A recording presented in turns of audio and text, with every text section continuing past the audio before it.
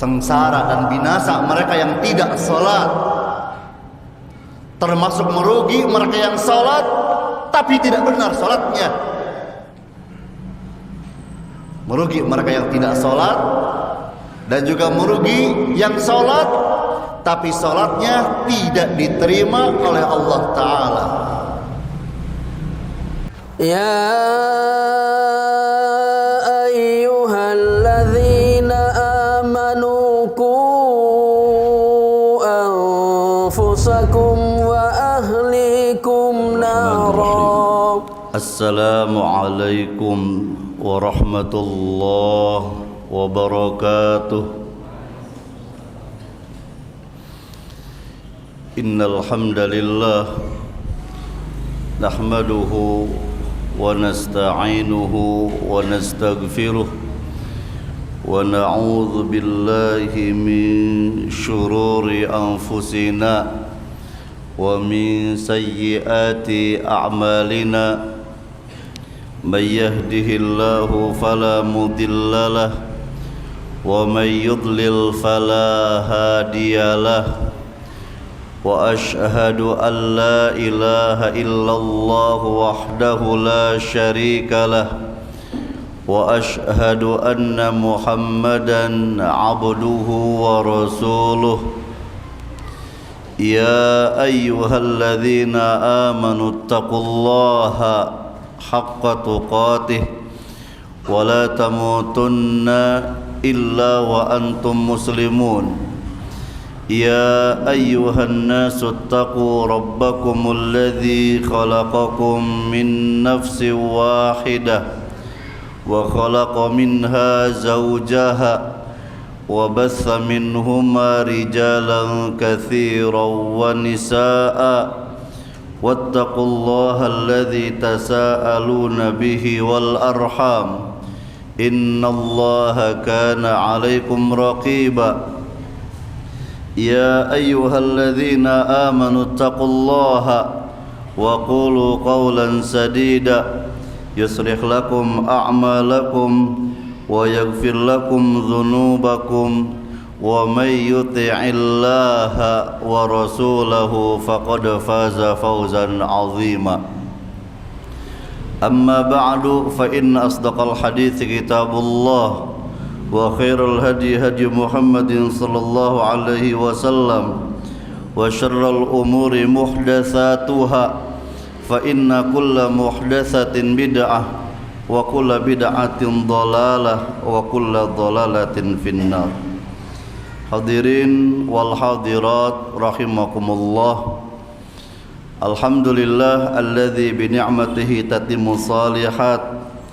Kita bersyukur kepada Allah, pada sore hari ini kita bisa duduk bersama di majelis ilmu dalam rangka menuntut ilmu sambil menunggu datangnya waktu berbuka puasa.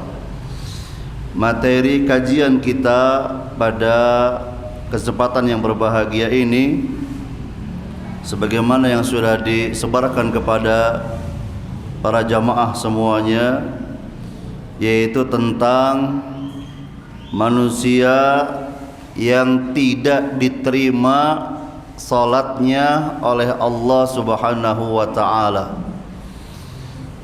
Pembahasan kita pada sore hari ini tentang orang-orang yang merugi karena salatnya tidak diterima oleh Allah Subhanahu wa ta'ala. Jadi materi ini kita pelajari agar kita mengetahui sebab-sebab yang membuat sebagian manusia salatnya ditolak atau tidak diterima oleh Allah Subhanahu wa ta'ala. Kita berupaya mengetahui sebab-sebabnya untuk kita hindari, karena kita semuanya berharap ibadah salat kita diterima oleh Allah Subhanahu wa ta'ala. Karena kita sudah tahu, ya, telah datang banyak dalil kepada kita tentang kunci keberhasilan seorang hamba diantaranya terletak pada ibadah solatnya yang sesuai dengan aturan sehingga diterima oleh Allah Subhanahu wa ta'ala. Dan kita sudah tahu bahwasannya ibadah solat ini adalah ibadah yang sangat agung. Ya, Nabi menyebutnya pada tempat yang kedua setelah rukun 2 kalimat syahadat. Jadi solat ini sangat dekat, bahkan bagian dari manifestasi keimanan seorang hamba, di mana seorang hamba bisa rusak imannya kalau dia tidak menjaga salat, bisa rusak imannya kalau dia meninggalkan salat. Allah Ta'ala berfirman di dalam surat Al-Baqarah ayat 143. Allah menjelaskan bahwasannya salat itu adalah iman. Ya. Al-Baqarah ayat 143. Ayat ini turun menjawab pertanyaan sebagian sahabat Nabi yang bertanya kepada Nabi tentang para sahabat yang dulu salatnya menghadap Baitul Maqdis, yang kemudian sebelum berpindah ke arah Ka'bah sudah meninggal dunia. Bagaimana hukum salatnya yang dulu mereka masih menghadap Baitul Maqdis? Maka Allah turunkan jawabannya dengan surat Al-Baqarah ayat 143. Allah menjawab, "Wa ma kana Allahu liyudhi'a imanakum." Allah tidak akan menyanyiakan iman kalian. Iman kalian di sini maksudnya apa? Ibadah salat kalian. Jadi ibadah salat yang para sahabat kerjakan yang dulu masih menghadap Baitul Maqdis diterima oleh Allah Ta'ala, diterima oleh Allah. Allah tidak akan menyanyiakan iman kalian. Jadi ibadah salat adalah merupakan perwujudan iman yang benar kepada Allah Subhanahu wa Ta'ala. Ya, dan ini ditegaskan oleh Nabi sallallahu alaihi wasallam, al-ahdul ladzi bainana wa bainahum as-shalah faman tarakaha faqad kafara. Perjanjian antara kami dengan mereka itu ada dalam ibadah salat. Maka barang siapa yang meninggalkannya, maka dia telah kafir. Yang mana? Yang kalau meninggalkan salat bisa kafir? Meninggalkan secara keseluruhan. Sudah ada kesempatan bisa salat, ada kemampuan untuk salat, tapi tidak mau salat. Sampai akhir hayatnya gak mau salat. Ini kata para ulama yang divonis keluar dari Islam, wal iyadzu billah. Dan semua amalan, ya, di mana meninggalkannya, ya, bisa kafir, hanya satu yang menjadi pendapat para sahabat, hanya satu. Apa itu? Meninggalkan sholat. Meninggalkan sholat. Ya, jadi kita membahas materi ini karena ibadah sholat adalah ibadah yang sangat agung dan penting, dan kita bisa sukses serta berbahagia kalau kita berhasil menjaga ibadah sholat. Maka ketika azan, bagaimana muadzin? Ya, muadzin mengatakan hayya 'alas shalah, hayya 'alas shalah, ngajak salat. Kemudian apa? Hayya 'alal falah, ayo kita meraih kemenangan. Ya, ayo meraih kemenangan. Jadi kemenangan, keberhasilan seorang hamba diantaranya terletak pada sikap hamba menjaga salatnya.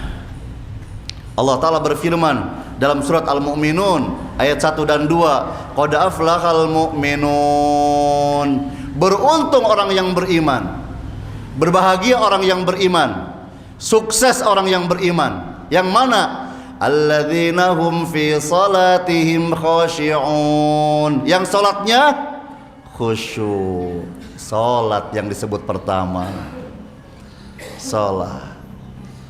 Maka Allah Ta'ala menyiapkan pahala yang agung, ya, pahala yang besar, keutamaan yang agung untuk para hambanya yang menjaga salat. Allah Ta'ala berfirman di dalam surat Al-Ma'arij ayat 34 dan 35, walladzina hum ala salawatihim walladzina hum ala salatihim yuhafizun ulaika fi jannatin mukramun. Dan orang-orang yang menjaga salatnya di mana tempatnya? Mereka di surga dimuliakan. Kemudian dalam surat Al-Mu'minun ayat 9 sampai 11, Allah Ta'ala berfirman, walladzina hum ala salawatihim yuhafizun ulaika humul warithun alladzina yarithunal firdausa hum fiha khalidun. Orang-orang yang menjaga salatnya, mereka lah yang berhak mewarisi. Mewarisi apa? Surga Firdaus, mereka kekal di dalamnya. Jadi orang yang menjaga salat, salatnya benar, salatnya bagus, salatnya ikut tuntunan, dijanjikan mendapatkan surga. Bahkan surganya surga apa? Surga Firdaus, surga terbaik, surga yang paling istimewa. Maka merugi mereka yang tidak salat. Sengsara dan binasa mereka yang tidak salat. Termasuk merugi mereka yang salat tapi tidak benar salatnya. Merugi mereka yang tidak salat, dan juga merugi yang salat tapi salatnya tidak diterima oleh Allah Ta'ala. Jadi yang rugi bukan hanya yang tidak salat, yang salat pun bisa rugi. Yang mana? Yang salatnya asal-asalan, akhirnya tidak diterima oleh Allah Ta'ala. Ma dalilnya? Bahwasanya orang yang tidak salat atau yang salat asal-asalan merugi. Di antara dalilnya dijelaskan dalam surat Al-Muddathir ayat 40 sampai 43. 40 sampai 43. Fi jannati yatasaalun, mereka yang di surga pada bertanya. Kepada saya bertanyanya? Kepada mereka yang ada di neraka. Yang di surga mengajukan pertanyaan, ingin tahu kenapa kalian kok bisa di neraka. Dan ini mudah bagi Allah membuat yang di atas, yang di surga bertanya kepada yang di bawah, yang di neraka. Mudah bagi Allah. Dan Allah buat ini bisa untuk menambah nikmat yang ada di surga, untuk menambah kenikmatan yang ada di surga. Bertambah nikmatnya melihat ada orang yang disiksa di neraka, bertambah kenikmatnya yang di surga. Bertanya kepada yang ada di neraka, anil mujrimin, kepada para pendosa yang ada di neraka. Apa pertanyaannya? Masalakakum fi saqar, apa yang buat kalian kok bisa masuk neraka sakor? Apa ini sebabnya? Mereka menjawab, qalu lam naku minal musallin, kami dulu tidak sholat. Kami dulu tidak sholat. Kalau orang kafir, ya begitulah sifat orang kafir memang, sehingga pantas masuk neraka. Tapi ternyata yang nggak sholat juga ada orang yang KTP-nya apa? Islam, tapi nggak sholat juga. Maka ini nih yang nanti siap-siap tempatnya pada hari kiamat. Di mana? Di neraka sakor. Allah siapkan neraka ini buat mereka. Siapa di antaranya yang tidak mau sholat? Qalu lam naku minal musallin, kami dulu tidak sholat. Maka merugi orang yang tidak sholat. Termasuk merugi yang sholat tapi apa? Asal-asalan, ya, tidak mengikuti aturan. Mana dalilnya? Allah jelaskan dalam surat Al-Ma'un ayat 4 sampai 7. Fawailul lil musallin, celaka orang yang sholat. Tuh, yang tadi yang celaka yang tidak sholat, tapi sekarang yang celaka yang mana? Yang sholat. Fawailul lil musallin, Siapa yang celaka ini? Sholat padahal, tapi celaka. Alladzina hum an salatihim sahun, yaitu mereka yang sholatnya lalai, tidak menjaga aturannya, tidak memenuhi syarat. Apa di antara syaratnya yang gak dipenuhi? Alladzina hum yuraun, mereka pas sholat riya. Di antara syarat sholat harus apa? Harus ikhlas karena Allah, wa ma umiru illa liya'budullaha mukhlishina lahuddin. Harus ikhlas. Tapi ini bagaimana? Tidak. Dia sholatnya karena yang lain, karena manusia, karena ingin sanjungan, ingin pujian dari manusia. Akhirnya apa? Celaka. Dan kata-kata wail di sini selain maknanya celaka, kata sebagai ulama, yaitu wail adalah tempat di mana? Di neraka. Satu lembah di neraka. Berarti dengan kata lain apa? Allah menyiapkan lembah di neraka bagi siapa? Bagi orang yang sholatnya asal-asalan, tidak ikut aturan. Nah, maka kita duduk ya di majelis ilmu sekarang ini sambil menunggu waktu berbuka, ya. Semoga kita faham, ya, mengetahui sebab-sebab, ya, kenapa kok sholat sebagai manusia tidak diterima oleh Allah Ta'ala. Ya, hadirin wal hadirat rahimakumullah, tentang pernyataan sholat tidak diterima, para ulama menjelaskan itu ada dua penjelasan. Diulangi lagi, tentang pernyataan sholat tidak diterima oleh Allah itu ada dua pengertian.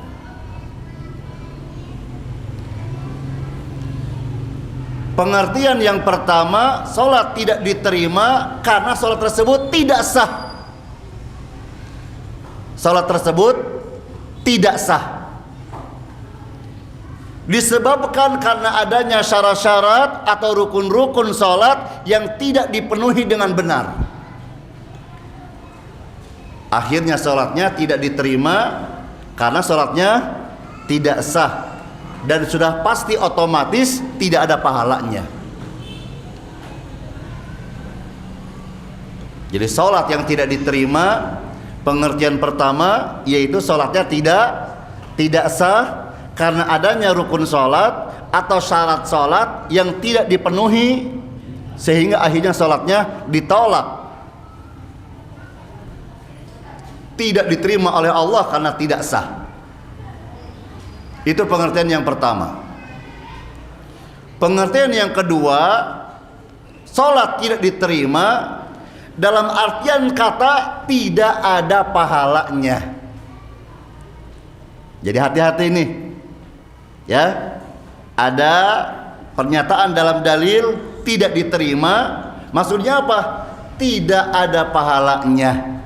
Salatnya sah tapi tidak ada pahalanya. Terus diterima bagaimana maksudnya? Ya, yaitu hanya sekedar apa? Gugur dari kewajiban. Tapi pahalanya nihil, pahalanya tidak ada. Nasallallahu alafiyah.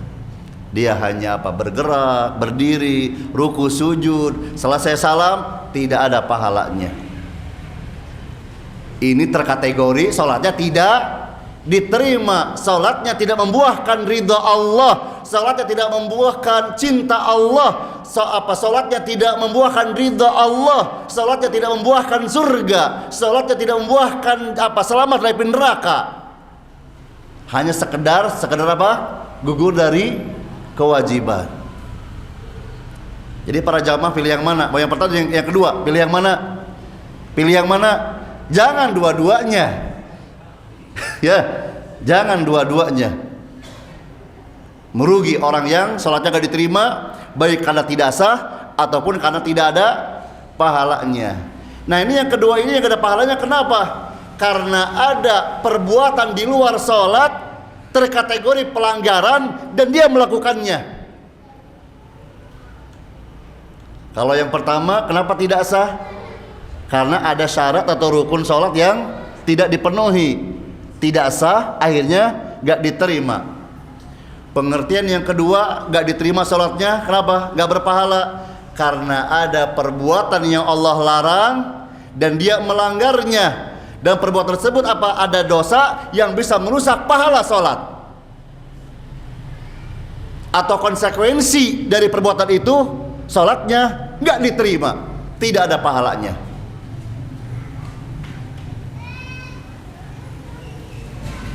Jadi kita pelajari ini, ya, karena bisa jadi kita selamat dari pengertian yang pertama, tapi tidak selamat pada pengertian yang kedua. Nas'allallahu al-afiyah. Ya, usahakan kita selamat dari dua pengertian ini. Ya, kita berharap salat kita diterima, sah dan berpahala, membuahkan keutamaan, ampunan, ridho, cinta Allah kepada kita. Ya, hadirin wal hadirat rahimakumullah, kita bahas bagian yang pertama. Apa yang pertama tadi? Ada yang sholatnya tidak diterima karena tidak sah, disebabkan karena adanya syarat atau rukun tertentu dalam sholat yang tidak dipenuhi. Ya, yang pertama, siapa ini manusia yang merugi, sholatnya gak diterima oleh Allah karena tidak sah? Yaitu sholat seseorang yang tidak diawali dengan bersuci terlebih dahulu, yang tidak diawali dengan berwudu. Jadi sholat tapi apa? Tidak berwudu, atau berwudu tapi wudunya tidak mengikuti aturan Rasulullah Sallallahu Alaihi Wasallam. Wudunya tidak dijalankan sesuai dengan syarat dan rukun-rukunnya. Akhirnya berkonsekuensi terhadap apa? Ya, sholatnya menjadi tidak sah karena wudunya tidak sah. Jadi paham ini, ada orang yang sholatnya gak diterima karena tidak sah. Apa sebabnya? Satu, karena tidak berwudu, atau yang kedua, berwudu tapi tidak benar. Berwudu tapi tidak benar. Ya, taib, dalilnya dijelaskan oleh Nabi sallallahu alaihi wasallam, la yaqbalullahu salata ahadikum idza ahdatha hatta yatawaddaa. Rawahul Bukhari wa Muslim. Allah tidak akan menerima salat di antara kalian apabila berhadas, ya, sebelum dia berwudu dulu.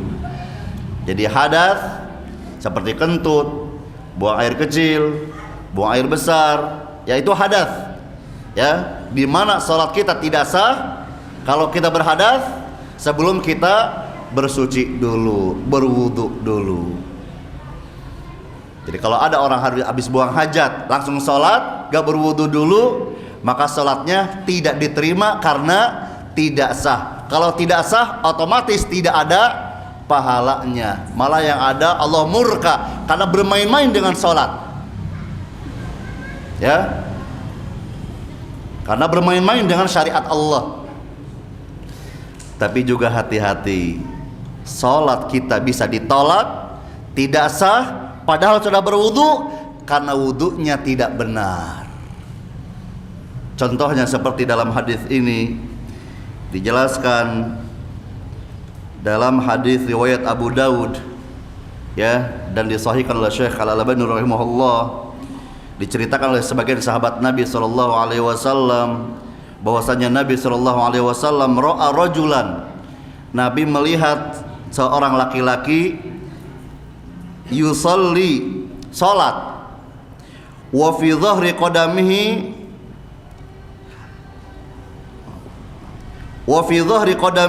lum'ah qadru dirham. Nabi melihat ada yang salat dan terlihat pada bagian kakinya ada seukuran uang dirham.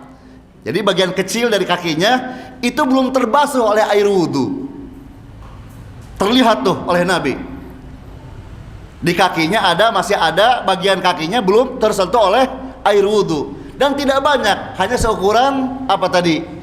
Ya, seuang dirham, kecil berarti. Lam yusibhal ma, belum tersentuh oleh air wudhu. Terus gimana komentar Nabi?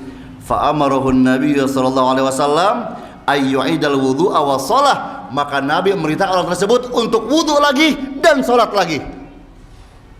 Nabi memerintahkan ya untuk apa? Kepada orang tersebut wudhu lagi dan sholat lagi. Berarti sholat yang tadi sah atau tidak? Tidak sah. Gara-gara apa? Wudhunya gak benar. Wudhunya gak benar. Dan para ulama mengambil faidah dari hadis ini bahwasannya berkesinambungan dalam berwudu itu hukumnya apa? Wajib, harus, rukun malah. Apa itu mualah, berkesinambungan? Jadi apa kalau kita berwudu, segera kita membasuh anggota yang berikutnya sebelum sebelum anggota yang sebelumnya apa? Kering. Ya, membasuh wajah. Maka sebelum kering segera apa? Membasuh yang lainnya. Apa itu? Tangan, kedua tangan. Setelah tangan, sebelum kering segera apa? Mengusap kepala dan kedua telinga. Sebelum ini kering segera. Begitu. Nah, yang Nabi lihat ini bagaimana? Dari awal lagi. Kenapa? Karena ada bagian kaki yang belum terbasuh benar dan anggota sebelumnya sudah mengering. Berarti batal wudhunya. Harus dari awal lagi wudhunya. Bisa dipahami? Ya, dari awal lagi tuh wudhunya. Karena tidak mualah, tidak berkesinambungan. Renungkan hadis ini. Ada orang yang oleh Nabi disuruh wudhu lagi, bahkan sholatnya harus diulangi lagi. Kenapa? Karena wudhunya tidak ikut aturan. Ada bagian ya anggota wudhunya yang tidak terbasuh dengan benar. Maka Nabi pernah mengingatkan para sahabatnya yang berwudhu yang tergesa-gesa karena ingin mengajar sholat berjamaah, ingin mendapatkan rakaat bersama imam, tergesa-gesa. Maka Nabi khawatir bagian tumitnya nggak terbasuh. Nabi apa? Kasih ancaman. Wailul lil aqabi binan nar. Wailul lil aqabi binan nar. Wailul lil aqabi binan nar. Celaka yang punya tumit, tempatnya di neraka. Celaka yang punya tumit, tempatnya di neraka. Nabi mengingatkan agar para sahabat awas. Jangan sampai apa? Ya, karena cepat berwudu ingin berjamaah, akhirnya apa? Ada bagian tumit yang nggak terbasuh oleh air wudhu, akhirnya sholatnya tidak sah karena wudhunya tidak sah, tidak benar. Jelas para jamaah? Jadi orang yang merugi yang pertama karena sholatnya nggak diterima. Apa sebabnya? Karena ya ketika mau sholat tidak wudhu dulu, atau berwudhu tapi wudhunya tidak ikut aturan, tidak benar. Dan ini perlu disampaikan kepada para jamaah, kepada kaum muslimin, tanda sayang. Ada sebagian orang mengatakan apa? Udah sih gak usah dibahas ancaman-ancaman itu, yang penting sholat gitu. Ada ya? Ada nggak? Udah gak usah dibahas tuh ancaman-ancaman. Kalau sholat begini nanti begitu, nanti ini. Udah gak apa-apa, yang penting sholat.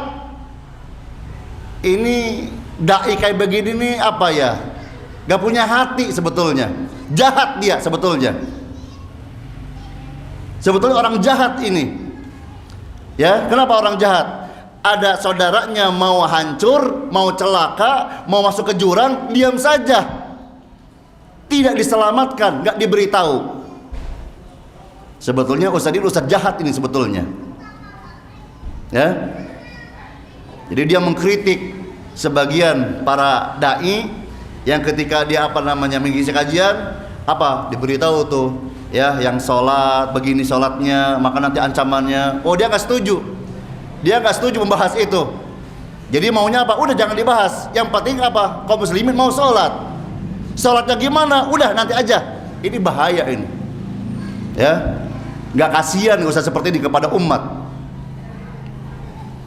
Ada orang-orang membutuhkan air musim kemarau, kemudian menemukan air, semuanya pada bawa bejana, pada bawa ember.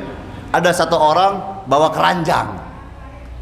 Supaya apa, dapat air dia bawa keranjang, yang lainnya ember. Yang lainnya ember. Yang ini keranjang nih, yang satu ini nih. Ya, akhirnya apa? Yang bawa ember, wah, bawa tuh. Dia bawa keranjang, dia ambil tuh air, terus jalan. Terus kita tegur, kata Ustaz ini, biarin, yang penting bawa air, begitu. Kasihan orang ini, sudah jauh-jauh mendapatkan sungai ini, tapi apa yang dibawa? Keranjang. Datang ke rumah, ada airnya. Ada airnya. Tinggal basahnya doang. Tinggal basahnya doang tuh ke keranjang, ya enggak? Airnya udah enggak ada. Enggak bisa dipakai untuk berwudu, untuk mandi, untuk masak, untuk minum, enggak bisa. Kenapa? Wadahnya bermasalah. Nah, maka di sini pahami ya, wudu, sholat, dan ibadah yang lain itu adalah sarana untuk mendapatkan kebahagiaan. Itu kalau sholatnya benar, kalau wudunya benar, bisa bahagia kita. Kalau wudunya asal-asalan, maka seperti apa tadi? Keranjang yang dipakai untuk mengambil air. Tidak berikan banyak manfaat akhirnya. Ya, ini kajiannya, materinya kira-kira beres kan nih sampai nanti. Kalau nggak beres diterusan ya, sampai tarawih nanti. Masya Allah. Mudah-mudahan selesai. Baik para jamaah rahimakumullah. Yang kedua, orang yang merugi, yang sholatnya nggak diterima karena tidak sah, karena ada syarat atau rukun sholat yang tidak dipenuhi. Siapa itu? Yaitu orang yang sholatnya tidak menutup aurat dengan benar. Orang yang ketika sholat tapi tidak menutup aurat dengan benar.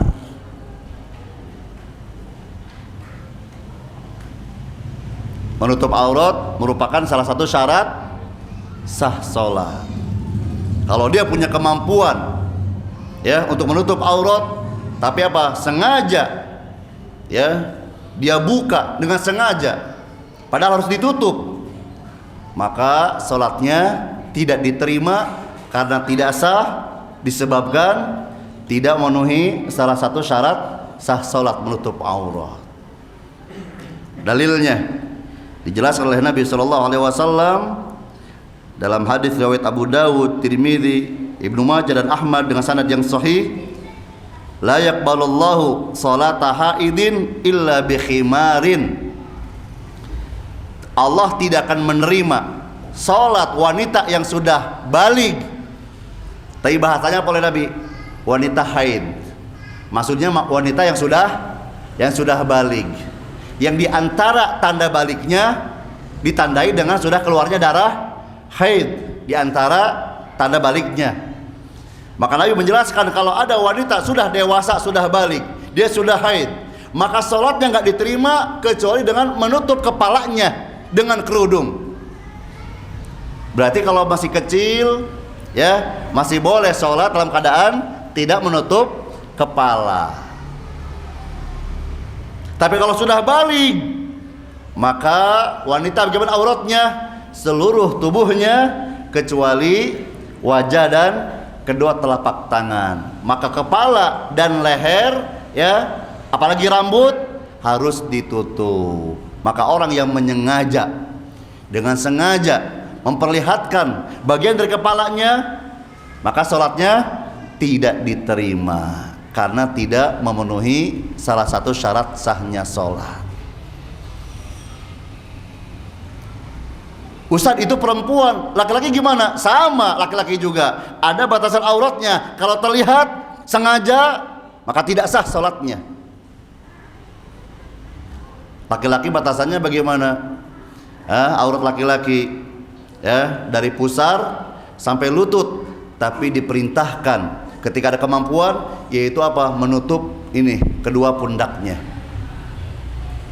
Kalau terbatas karena miskin ya, kainnya tidak banyak, maka dahulukan Yang mana? Bagian bawah. Jadikan sarung. Jadikan sarung. Berarti ditutup bagian mana sarung? Pusar sampai lutut. Tapi di antara kita bagaimana? Ya, tidak ada alasan. Dia punya kemampuan, tapi menyengaja berpakaian seperti itu. Akhirnya pas ruku atau sujud kelihatan celengannya. Na'udzubillah. Kenapa? Sampai terlihat. Ya, pakaiannya sempit, ya. Sempit.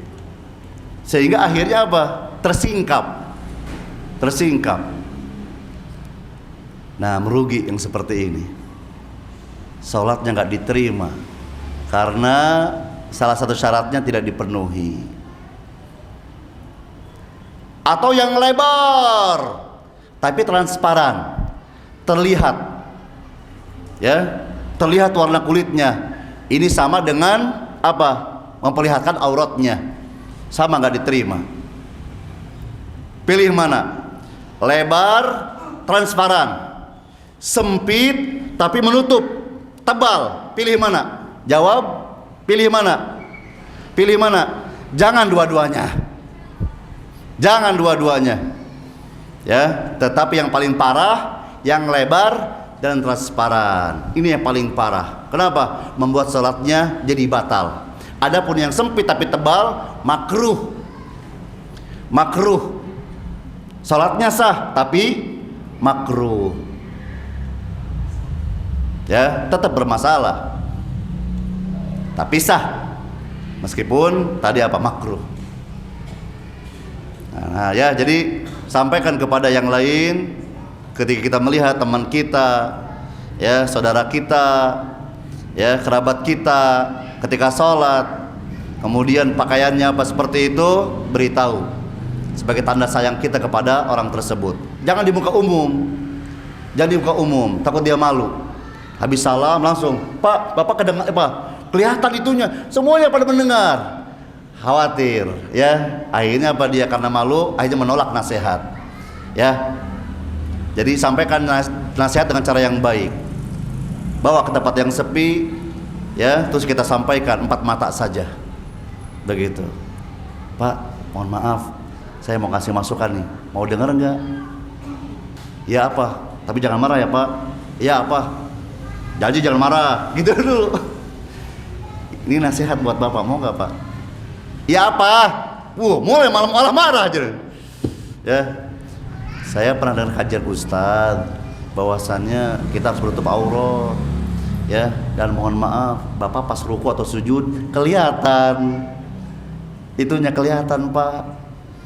Beritahu tanda sayang kita kepada sesama kaum muslimin, ya. Jadi Ahlus Sunnah itu enggak egois, tidak selamat sendiri ke surga, enggak, tapi mengajak yang lain.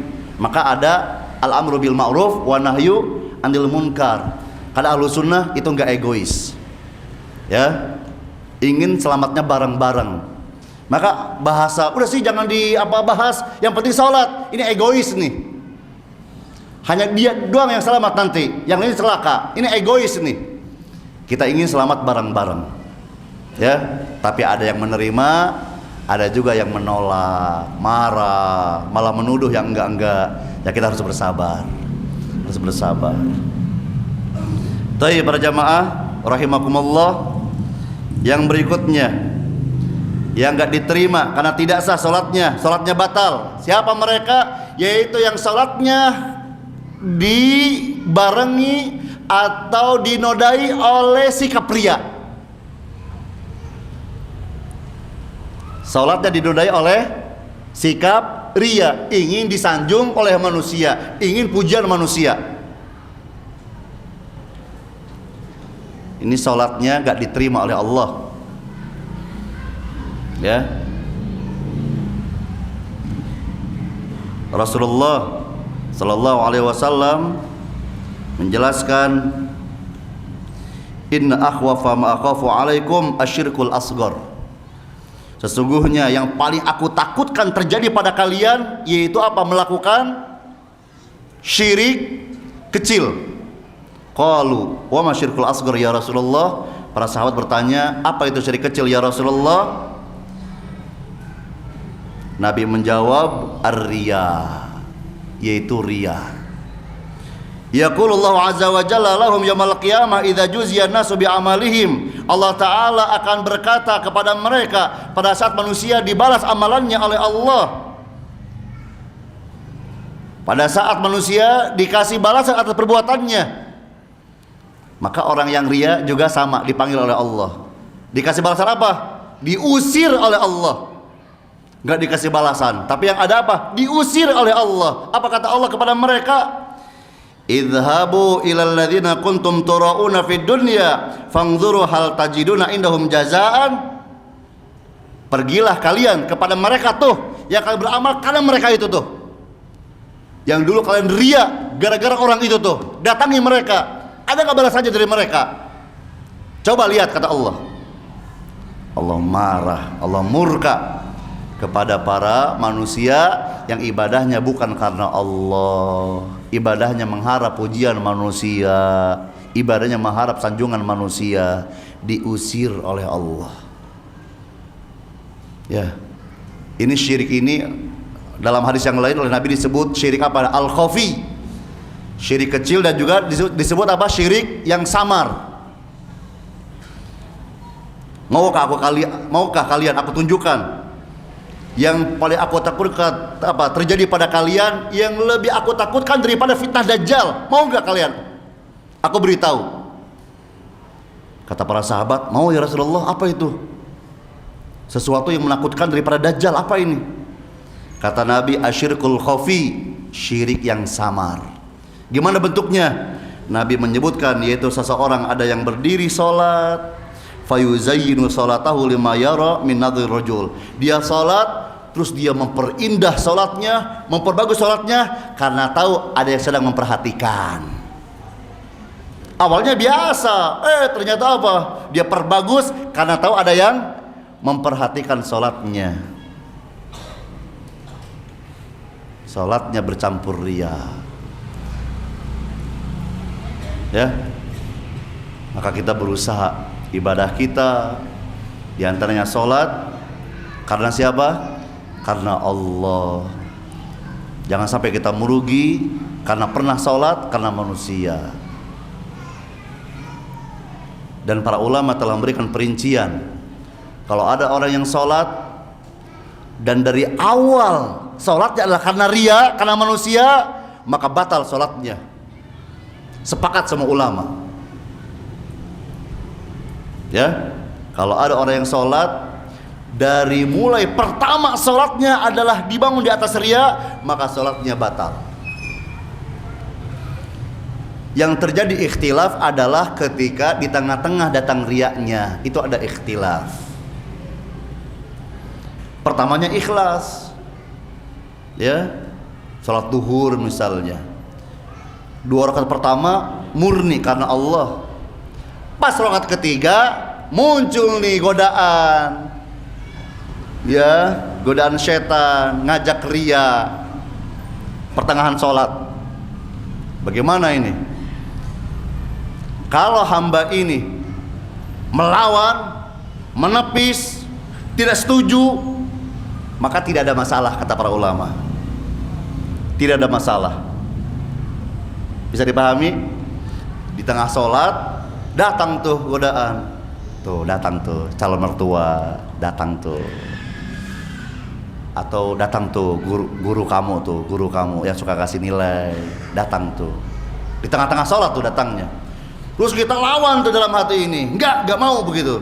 Jadi ada apa namanya, ada apa ya, penentangan, ada perlawanan, enggak setuju, dan langsung diingat ini setan sebetulnya nih, gitu tuh, dilawan, enggak setuju, enggak mau. Nah itu tidak merusak sholat, kata para ulama. Tapi kalau misalnya apa, mengikuti, nah ini nih yang jadi masalah. Di tengah sholat ada datang tuh calon mertua datang, yang bener, gitu, yang bener, gitu dalam hatinya. Ya oleh setan dipertegas lagi. Tuh kan ada suara dehemnya, masa gak inget? Gitu. Kan ada dehemnya, oh mertua nih, gitu. Akhirnya apa? Mengikuti yang diminta oleh setan, diperbagus. Biasanya gini, jadi begini gitu. Ya, ya pokoknya udah berubah tuh karena mertua atau karena manusia yang lain. Ya. Atau kalau imam suara apa? Rakaat pertama biasa kan? Nah, pas kedua muncul tuh, suaranya beda. Gitu, suaranya beda. Gitu. Nah, gini gimana ini? Nah, ini ikhtilaf. Ya. Sebagian ulama mengatakan apa? Kalau dia tidak berusaha menepisnya, gak berusaha melawannya, rusak sholatnya. Kenapa? Karena sholat adalah ibadah yang satu kesatuan, ya dari yang pertama sampai terakhir. Meskipun pertamanya bagus, tapi terakhirnya rusak, ya semuanya rusak. Karena sholat satu kesatuan. Ini sebagian pendapat ulama. Ya. Tapi sebagian pendapat yang lain, kita perlu tahu, sebagian yang lain mengatakan apa? Sholatnya tetap sah, tapi pahalanya berkurang. Dia dapat pahala dari niat awalnya saja, gak sempurna karena ada noda di tengah-tengahnya. Ya, sehingga dari pendapat yang kedua ini akhirnya ada jawaban. Ketika kita jadi imam, terus di tengah sholat ada riya, terus kita mengikuti, tidak menepis, apakah kita batalkan sholatnya? Ya, dibatalkan begitu. Kata para ulama, jangan dibatalkan. Alasannya apa? Pertama, ini ada khilaf di antara para ulama, dan yang kedua khawatir was-was setan. Jadi sebetulnya ini baru godaan, belum sebetulnya. Tapi kita merasanya sudah kalah misalnya, sehingga punya anggapan sudah batal. Akhirnya apa? Gak beres-beres sholatnya nanti. Jadi kena was-was nantinya, bahaya. Lagi enak-enak nih jamaah dengarkan bacaan imam, langsung mundur ke belakang, diminta untuk diganti sama yang lain. Pas ditanya kenapa? Tadi kena riya. Wah, bahaya ini. Nanti apa? Kena was-was nanti, bahaya. Ya, maka yang terbaik berusaha. Ketika di tengah sholat ada godaan seperti ini, lawan, tepis. Ya. Dan sudah, jangan sampai kita mengikuti sehingga akhirnya kena was-was. Sudah, kita husnudzon, salat ini aman. Jelas para jamaah? Ya. Jadi orang yang merugi yang ketiga, yaitu yang salatnya bukan karena Allah, melainkan ingin pujian dari manusia, ada riya dalam salatnya. Dan diantara sebab orang munafik salatnya ditolak oleh Allah, kenapa? Karena salatnya riya, yura'unan nas. Ya, ketika salat mereka riya, ingin dilihat oleh manusia. Baik para jamaah rahimakumullah, yang berikutnya yaitu yang enggak diterima salatnya, yaitu karena tidak tumakninah. Tidak tenang. Ketika ruku tidak tenang, ketika sujud enggak tenang, i'tidal enggak tenang. Cepat salatnya. Ini yang salatnya enggak diterima. Di zaman Nabi sudah ada yang seperti ini. Oleh Nabi dikritik. Salatnya cepat. Ya, selesai salat terus menemui Nabi, salam begitu, dan Nabi jawab salamnya, dan Nabi langsung katakan, irji fasolli fa innaka lam tusolli. Salat lagi, kamu belum salat. Salat lagi, kamu belum salat. Kemudian salat lagi itu. Masih kata Nabi, irji fasolli, salat lagi, belum salat kamu. Sampai 3 kali. Akhirnya setelah 3 kali salat masih salah juga, baru mengatakan, demi Allah yang mengutusmu dengan kebenaran, hanya ini yang bisa aku lakukan. Tolong ajarkan kepadaku salat yang bagus. Ya, begini nih. Ya, orang yang dapat ridha Allah seperti ini jiwanya. Ketika salah, menerima dan siap diperbaiki. Bukan marah-marah. Ya, malah memfitnah. Ya. Akhirnya Nabi ajarkan sholat. Apa kata Nabi? Kalau kamu berdiri mau sholat, bertakbirlah, kemudian bacalah apa yang mudah bagimu dari Al-Quran, dan maksudnya Al-Fatihah maksudnya. Kemudian apa kata Nabi? Kemudian rukulah dan tenanglah dalam rukukmu.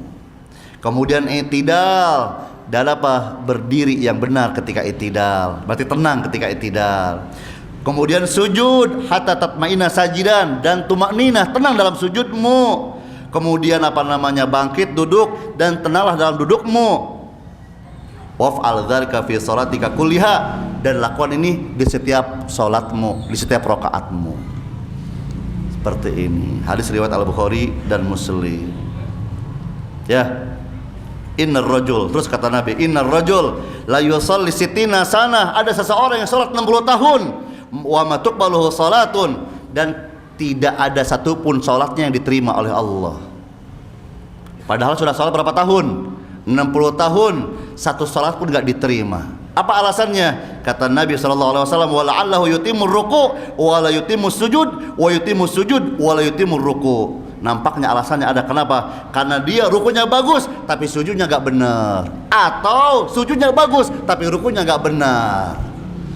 Lihat, satu rukun saja gak benar membuat sholatnya gak diterima. Maka bayangkan Al-Fatihahnya gak benar, suratnya gak benar, rukunya gak benar, i'tidalnya gak benar, sujudnya gak benar. Coba bayangkan, ya, 23 rakaat beres dalam waktu 7 menit. Coba bayangkan, ya, belum tegak baru juga begini langsung apa, ya, pernah begitu? Pernah, ya, ya. Dan orang itu kok susah ya diberitahu ya, begitu. Sudah ada yang membahas ini begitu. Apa jawabannya? Ini kan sudah tradisi sejak tahun, sejak tahun katanya gitu. Ini kok sholat tradisi gitu, sholat. Seharusnya apa? Ikut Nabi sholat ya. Ini tradisi. Apalagi alasan yang lain, ya, supaya orang yang punya banyak pekerjaan biar cepat beres. Ya Allah, sampai segitunya, sok sibuk. Emang habis sholat mau kemana? Kan ngobrol, ya enggak? Kan habis sholat ngopi sebetulnya, nggak kemana-mana. Sok sibuk, ya. Nah ini sampai seperti ini di antara manusia. Gak mau berlama-lama dengan Allah bermunajat begitu, ngobrol, dialog dengan Allah, gak mau. Gak betah lama-lama dengan Allah, gak betah. Ya. Baik para jamaah rahimakumullah, yang berikutnya yang bermasalah, yaitu sholat seseorang di sisi kuburan. Ya. Jadi ada orang yang gak diterima gara-gara sholatnya di mana? Di sisi kuburan. Jadi bermasalah. Al-ardu kulluha masjid, kata Nabi, semua tanah, semua bumi cocok buat tempat sholat, tempat sujud cocok, illa kecuali al-makbarah wal hammam, kecuali kuburan dan kamar mandi. Ya. Dan juga dalam hadis yang lain Nabi melarang sholat menghadap kuburan. Dan sholat di sisi kuburan merupakan tradisi kebiasaan kaum Yahudi dan Nasrani, sampai Nabi melaknat mereka. Sebelum Nabi wafat sempat melaknat mereka. Kenapa? Punya kebiasaan menjadikan kuburan Nabi mereka sebagai masjid. Nabi melaknat mereka agar apa? Jangan sampai ditiru oleh umatnya. Nah, jadi ada masalah nih. Gimana perinciannya? Dari beberapa fatwa ulama ada penjelasan. Di antaranya dari Syekh Ali Farkus rahimahullah, beliau menjelaskan kalau ada orang yang sholat di masjid atau di mana yang ada kuburannya, dan dia sholatnya karena kuburan itu, mengharapkan keberkahan dari kuburan itu, punya keyakinan ada keutamaan tambahan dengan sholat di sisi kuburan tersebut, bagaimana? Sholatnya batal. Ini kesepakatan semua ulama. Kesepakatan semua ulama. Dan sangat disayangkan banyaknya kaum muslimin seperti ini, ya enggak? Sampai jauh-jauh kemana tuh, keliling Banten, jauh-jauh sampai kemana tuh, ke Jambi. Ada apa di Jambi? Ya, ada yang sampai ke Madura. Ada apa di Madura? Jangan pernah nggak tahu. Ada yang sampai kemana tuh, Gunung Jati, sampai kemana tuh, Cirebon. Bukan masjid yang dituju, tapi apa? Kuburan. Dan mereka menyempatkan sholat di sisinya dengan tambah ada keyakinan apa? Dapat keberkahan. Ada keyakinan ini utama tanah ini. Maka para ulama semuanya sepakat batal sholatnya. Sholatnya batal.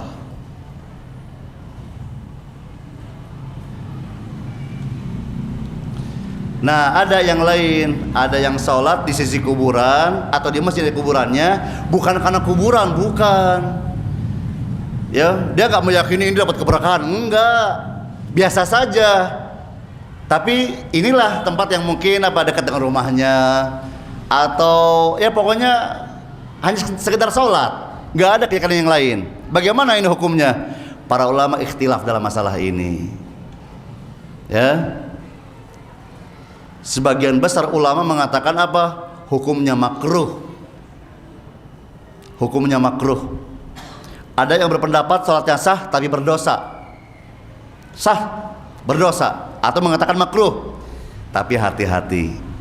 Sebagian ulama di antaranya mazhab Hambali berpendapat tetap tidak sah. Tetap sholatnya tidak sah. Kenapa? Karena melanggar yang Nabi larang. Kata Nabi jangan sholat ada kuburannya, malah di situ. Dan larangan berkonsekuensi terhadap rusaknya ibadah tersebut. Oleh karena itu untuk kehati-hatian tetap cari yang lain. Meskipun tujuannya bukan karena kuburan, nggak ada, tetap cari yang lain. Karena sebagai ulama berpendapat tetap tidak sah sholat di situ. Ya, maka ada ikhtilaf seperti ini. Syekh Ali Farkus lebih condong kemana? Pendapat mazhab Hambali yang mengatakan apa? Tidak sah sholatnya, kecuali habis sholat baru tahu sholatnya apa sah. Ya, sholatnya sah. Karena apa? Dia baru tahunya setelah sholat. Yang bermasalah sebelum sholat jalan-jalan dulu, lihat masjid. Pas ada kuburan, ayo jadi repot sendiri kan? Ya, harus cari yang lain tuh. Cari yang lain. Karena dia sudah tahu tuh sebelum sholat ada kuburan. Jelas? Adapun Masjid Nabawi bagaimana? Tidak bisa disamakan. Kenapa? Karena Masjid Nabawi dibangun di atas tanah yang steril dari kuburan.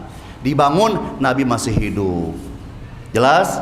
Dan ketika Nabi wafat gimana? Bukan di masjid, tapi di rumahnya, di kamar Aisyah, bukan di masjid. Ketika ada perluasan, para ulama menolak, mengingkari, nggak setuju. Di antaranya siapa? Sa'id bin Al-Musayyib, nggak setuju. Itu pun tetap apa? Ketika apa? Masuk ke area masjid dibuat apa? Tiga dinding, sehingga dianggap adalah bagian terpisah, bukan dari masjid. Ya, jadi sholat di Masjid Nabawi tidak ada masalah, tetap mengandung keutamaan yang besar. Satu sholat di sana sama seperti 1000 sholat di Masjid Aliyah. Ya. Taib. Yang terakhir, bagian pertama yang terakhir nih. Kita belum bagian yang kedua nih. Masih bagian yang pertama. Bagian yang pertama yang terakhirnya. Siapa yang ditolak, nggak diterima? Salatnya orang kafir, musyrik dan munafik. Salatnya orang kafir, musyrik dan munafik. Salatnya ditolak oleh Allah, nggak diterima. Mana dalilnya orang kafir salatnya ditolak? Allah Ta'ala berfirman dalam surat Al-Imran ayat 85, wa may yabtaghi ghairal islami dina fala yuqbala minhu wa huwa fil akhirati minal khasirin. Barang siapa mencari agama bukan agama Islam, maka gak akan diterima amalannya, gak akan diterima oleh Allah, dan dia di akhirat termasuk orang yang merugi. Orang musyrik mana dalilnya ditolak amalannya? Surat Az-Zumar ayat 65, la in asyrakta la yahbatanna amaluka. Kalau kamu syirik maka amalanmu hancur. Orang munafik gak diterima, dalilnya mana? At-Taubah ayat 54. At-Taubah ayat 54. Wa ma mana'ahum an tuqbala minhum nafaqatuhum illa annahum kafaru billah wa bi rasulih.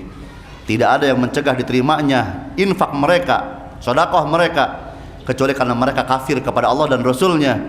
Wala ya'tuna shalah illa wahum kusala, dan tidak salat melainkan dengan sikap malas. Wala yunfikuna illa wahum karihun, dan tidak bersedekah kecuali terpaksa sedekahnya. Ditolak ibadahnya oleh Allah orang munafik. Di antara jamaah mungkin ada yang bingung, Ustaz, emang ada orang kafir salat? Ada. Siapa? Ahmadiyah.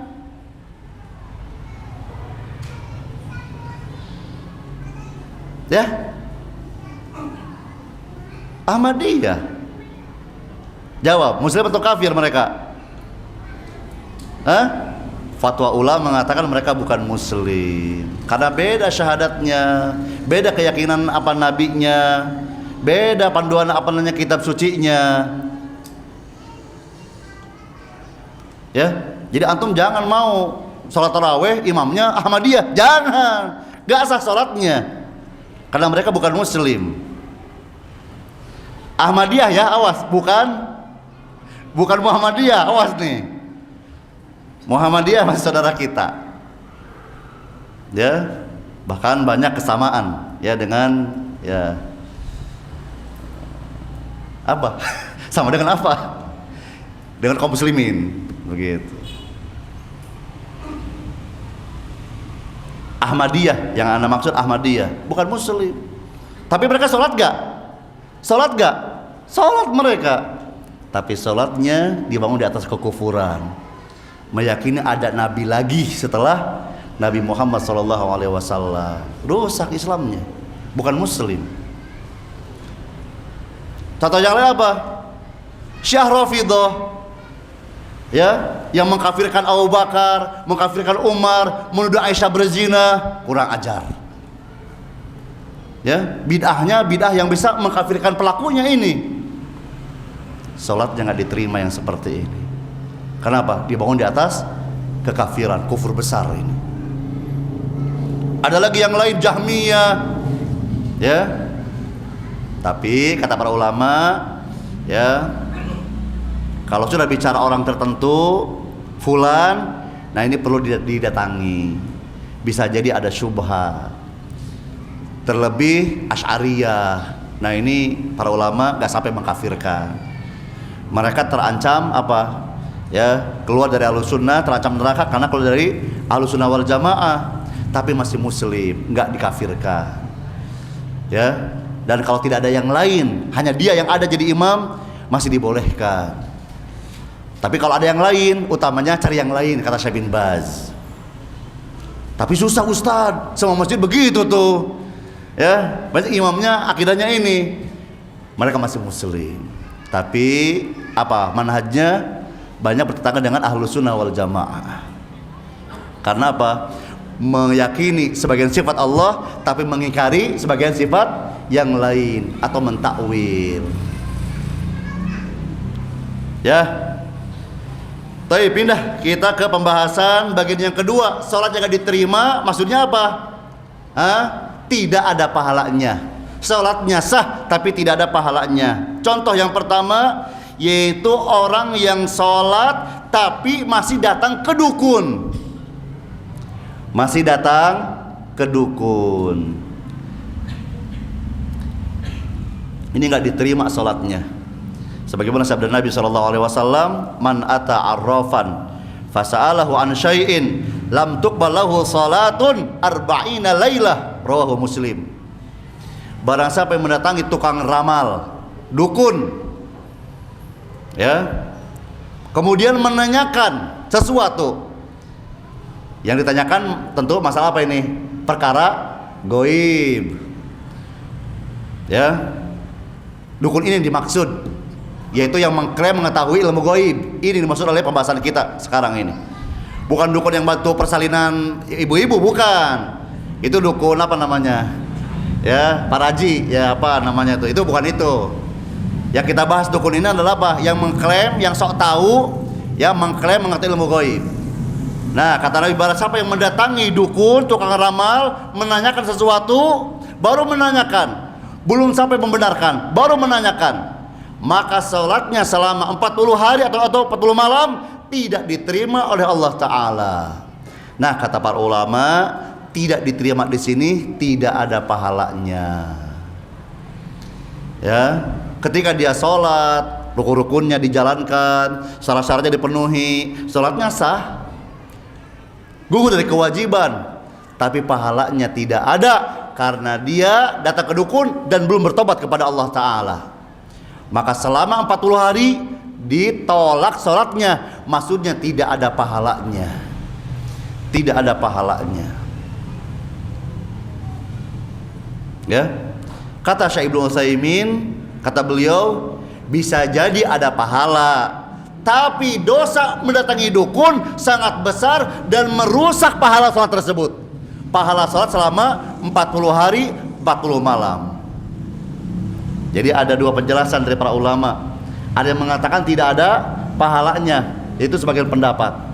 Tapi kata ulama yang lain, kata Syekh Utsaimin, ya bagaimana? Sholatnya sah, berpahala, ada pahalanya, tetapi dosanya mendatangi dukun sangat besar dan merusak pahala sholatnya selama 40 hari 40 malam. Ayo, siapa di antara jamaah yang ketika mau ada acara datang dulu ke orang tertentu minta dihitung? Awas, jangan diulangi lagi. Segera bertobat kepada Allah. Siapa di antara jamaah ketika punya anak mau dinikahkan, ya anak kita kepada siapa? Datang dulu kepada orang apa disebutnya, orang apa? Bukan orang pintar, bukan, orang bodoh itu sebetulnya. Ya, makanya dia semakin jumawa, semakin sombong disebut orang pintar. Kita sih ngasih istilah seperti itu. Bukan orang pintar itu, orang apa? Orang bodoh sebetulnya. Ya, akidahnya rusak, amalnya rusak, disebut pintar. Bodoh atuh. Gitu. Ya, orang bodoh itu sebetulnya. Bukan orang pintar. Ya, jadi para dukun itu orang bodoh sebetulnya, bukan orang pintar. Disebut apa lagi? Paranormal. Nggak normal sebetulnya, disebut normal. Kurang normal orang itu, nggak benar jadi manusia. Ya, nggak normal hidup seperti itu.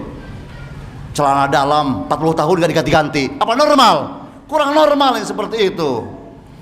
Ya, makan bercampur darah apa misalnya, nggak normal orang itu. Ya, disebut paranormal. Ya, ini gara-gara kita nih. Akhirnya mereka jadi apa? Jadi berkembang. Ya. Tapi para jamaah yang lainnya, apalagi yang sholatnya sah tapi nggak diterima, nggak ada pahalanya. Yang berikutnya yang minum khamar. Yang minum khamar. Kalau sekarang apa? Ganja, bisa narkoba, bisa apalagi? Ya semisal khamar ini nggak diterima sholatnya, nggak ada pahalanya. Ya, dalilnya sabda Nabi SAW, ya, man syaribal khamra wasakira, barang siapa yang minum khamar terus sampai dia mabuk. Ya minum khamar, ya, yang kemudian dia apa? Mabuk. Maka sholatnya selama 40 hari nggak diterima oleh Allah. Lam tuqbalahu sholatun arba'ina sobahan, tidak akan diterima sholatnya selama 40 hari. Wa in mata dakhalan nar, kalau mati maka masuk neraka kata Nabi. Kan banyak ya minum khamar belum bertobat langsung mati. Kenapa? Yang diminum oplosan, ya kan? Oplosan tuh. Khamarnya khamar bercampur dengan air kencing manusia, coba. Oplosan tuh. Langsung mati itu habis minum khamar. Nah, ini ancamannya, masuk neraka kata Nabi sallallahu alaihi wasallam. Masuk neraka. Fa in taba, tapi kalau dia masih hidup terus bertobat, taballahu alaihi, Allah masih menerima tobatnya, masih terima. Wa in ada, balik lagi, fasyariba, terus minum, wasakiro, kemudian apa? Fasakiro, terus dia mabuk. Sama. Apa kemudian? Sholatnya 40 hari tidak diterima oleh Allah. Kalau mati masuk neraka. Kalau masih hidup bertobat, Allah masih menerima tobatnya. Kalau balik lagi, jadi sudah berapa nih? Sudah berapa sekarang? Yang ketiga. Ya, yang ketiga, balik lagi itu. Terus mabuk. Gak diterima sholatnya 40 hari. Kalau mati masuk neraka. Kalau masih hidup bertobat, Allah menerima tobatnya. Kalau balik lagi, berarti keberapa ini? Yang keempatnya. Apa yang keempatnya kata Nabi? Kalau dia balik lagi, bagaimana? maka Allah berhak untuk mengadabnya, memberikan air minum kepadanya dari Radghatil Khabal pada hari kiamat. Apa itu ya Rasulullah? Radghatul Khabal yaitu sungai air yang berasal dari perasan penduduk neraka. Artinya diancam berat, pasti masuk neraka. Ya. Karena apa? Dikasih kesempatan, balik lagi. Maka Allah punya hak dalam hal ini mengadab orang ini. Ya, hadis riwayat Ibnu Majah dan sanadnya sahih. Terus yang lainnya, yang ditolak sholat nggak diterima, nggak ada pahala, siapa? Istri. Ayo ini ibu-ibu siapa nih? Dengarkan baik-baik. Siapa yang nggak diterima? Yaitu para istri, sholatnya nggak diterima. Karena apa? Karena suaminya dalam keadaan marah kepada istrinya ini. Jadi istri yang sholat dalam keadaan suami sedang marah, salatnya nggak diterima oleh Allah. Marah kenapa? Karena ada hak suami sudah minta, sudah memerintah, sudah ini nggak juga digubris, akhirnya ngambek suaminya, dongkol suaminya, marah suaminya. Maka istri yang seperti ini kata Nabi, ya, ketika sholatnya nggak diterima. Maksudnya apa? Sholatnya sah tapi tidak ada pahalanya. Para istri, para ibu-ibu, para ummahat, jelas ya, ini jelas. Kok nggak ada suaranya? Ya, taib. Supaya lebih jelas saya bacakan dalilnya. Dengarkan ibu-ibu. Wih, para suami para seneng nih. Tapi tetap lihat keadaan, kondisi. Kalau lagi sakit nggak bisa, ya udah sabar, ya sabar, ya.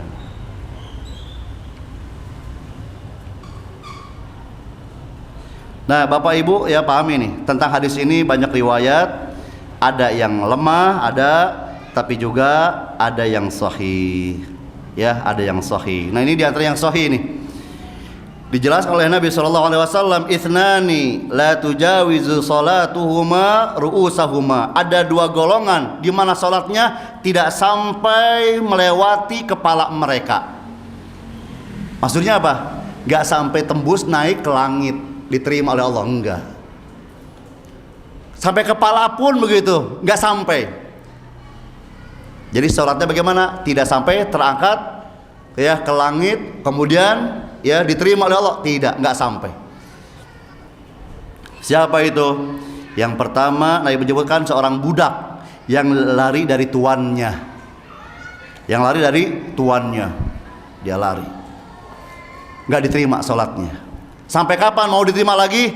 Sampai dia mau kembali lagi. Jadi ada aturannya. Kalau pengen bebas ya resmi, ya kan? Tuannya membebaskan atau dia menebus dirinya, gitu ya. Adapun kabur begitu gak boleh. Itu dulu budak, kalau sekarang udah gak ada lagi. Ya.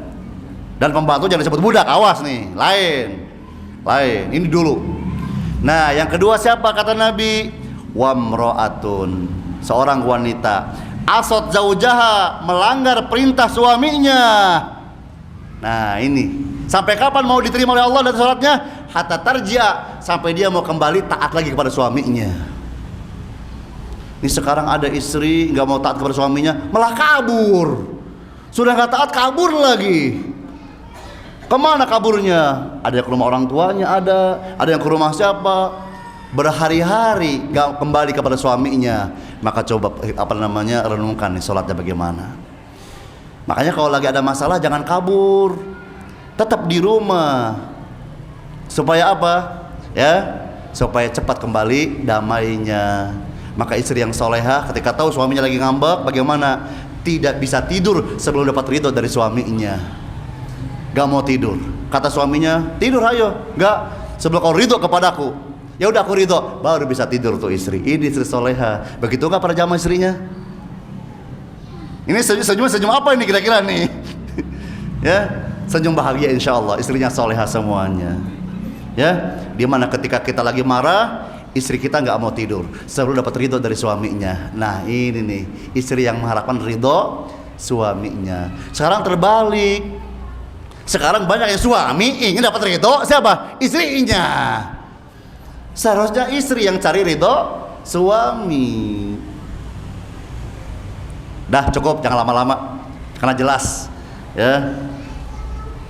Yang terakhir sholat yang gak diterima, maksudnya gak ada pahalanya, yaitu imam yang sholat tapi dibenci oleh jamaahnya, dibenci oleh kaumnya. Imam ya, jadi pemimpin sholat tapi apa? Dibenci oleh kaumnya. Atau imam pemimpin wilayah, bukan imam sholat, pemimpin dia di apa? Desanya, pemimpin apa namanya di kecamatannya, pemimpin di kabupatennya, pemimpin di provinsinya, pemimpin di mana? Di negaranya. Tapi banyak yang tidak suka. Ini juga ancamannya apa? Salatnya tidak diterima, dalam artian kata nggak ada pahalanya. Tapi pahami, bencinya karena apa? Ada perinciannya. Kalau ada pemimpin sholat, imam sholat, dibenci karena keistiqomahannya ikut sunnah Nabi, nah itu gak ada pengaruhnya. Tetap sholatnya apa diterima, sholatnya bagus. Ada nggak yang imam sholat ikut sunnah Nabi pada nggak suka di kaumnya? Ada nggak? Ada. Ini imam Wahabi ini, gitu kan ya? Pada nggak suka di jamaah nih. Ini siapa sekarang imamnya? Ustadz itu. Ustadz Wahabi itu tuh, gitu, nggak suka tuh jamaahnya tuh, ya. Kenapa nggak suka? Apa alasannya? Karena dia apa? Menjaga sunnah Nabi, memelihara jenggot di atas mata kaki. Dia alergi banget sama yang seperti itu nih, nggak suka banget, begitu. Ditambah lagi sholatnya juga, ya apa agak tenang, wah nggak suka. Apa sholatnya ditolak oleh Allah yang seperti ini? Tidak, ya. Tidak ada alasan ya yang apa membuat imam ini ditolak, nggak ada alasan. Karena imam itu sudah bagus, di atas tuntunan, akidahnya lurus, manhajnya bagus. Ya. Nah, yang harus diperhatikan adalah yang mana? Yaitu yang menjadi imam sholat atau pemimpin dibenci kenapa? Karena dia banyak melanggar aturan agama.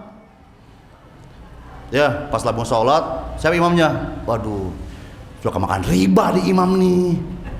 Suka makan riba di imam nih. Kurang suka begitu. Ya, ini suka minjemin orang tapi nyekek ya orang ini. Jadi imam lagi. Gitu. Ya. Nah, ini yang seperti ini banyak yang gak suka nih. Nah, bagaimana? Bisa ditolak, bisa gak diterima sholatnya. Atau karena zolim. Karena zolim nih imam. Ya, karena kezolimannya. Tapi makmum gak bisa pindah. Kenapa? Ini malah kalau pindah takut apa? Malah dihukum nanti. Ya, akhirnya pada takut tuh, tetap di belakang imam ini nih, pemimpin ini nih. Karena kalau menunjukkan apa namanya, ya perbedaan, nanti apa bagaimana? Dituduh apa misalnya? Akhirnya tetap di belakang imam. Padahal takut sebetulnya. Ya, dari kejahatannya ini. Nah, imam seperti ini bagaimana? Ini yang terancam sholatnya sah tapi tidak ada pahalanya. Ya.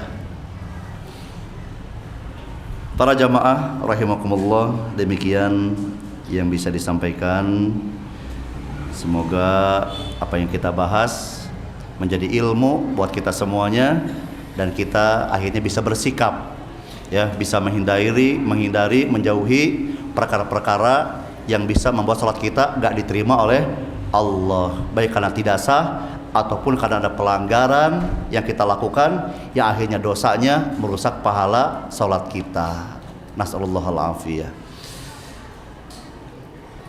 Ada pertanyaan atau langsung ditutup? Waktu maghrib kurang lebih 13 menit lagi. Cukup ya? Terakhir. Terakhir, silakan. Ya, baik.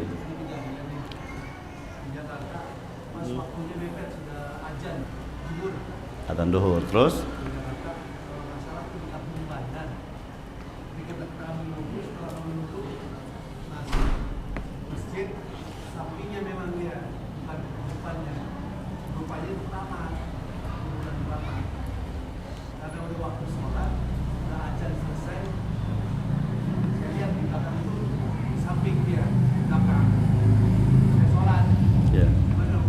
Baik, dilihat ya, kalau ya kuburannya di depan masjid, nah itu yang parah banget.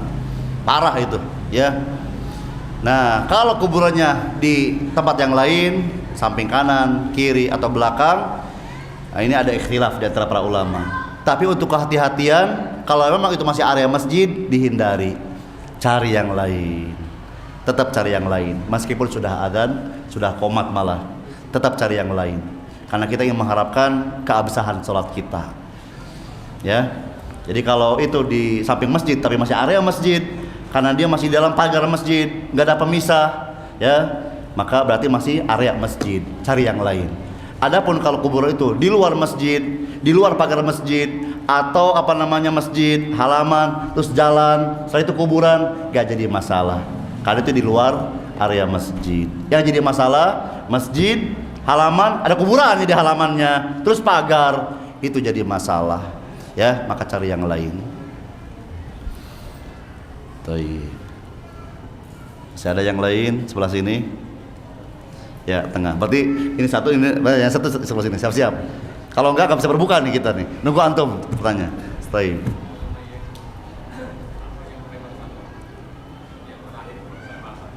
Ya.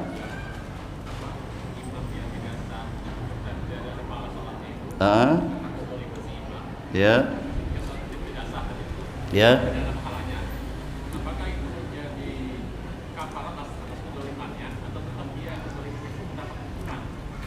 Ya, taib. Ya, hukuman atas perbuatan zalimnya. Ya, dan ini motivasi supaya kita adil. Jangan sampai menzalimi yang lain, akhirnya orang pada benci kepada kita. Ya, maka hukumannya adalah apa? Salatnya tidak bisa naik ke atas. Taib. Ini tadi dalilnya belum dibacakan ya, tentang yang terakhir ya. Anda bacakan. Sabda Nabi sallallahu alaihi wasallam, "Salasatun la tujawizu salatuhum adhanahum." Ya, ada 3 golongan yang sholatnya nggak sampai telinga mereka. Sholatnya nggak bisa naik, ya, melewati telinga mereka. Maksudnya nggak diterima, nggak ada pahalanya. Yang pertama tadi, al-abdul abik, budak yang kabur dari tuannya. Sampai kapan dia nanti diterima? Hatta yarji, kalau dia kembali lagi ke tuannya. Kemudian yang kedua, wamra'atun batat wa zawjuha 'alaiha sakhit. Yang kedua, perempuan yang suaminya marah, ya, dia malah apa namanya? Tidur dalam keadaan sedang marah kepada istrinya.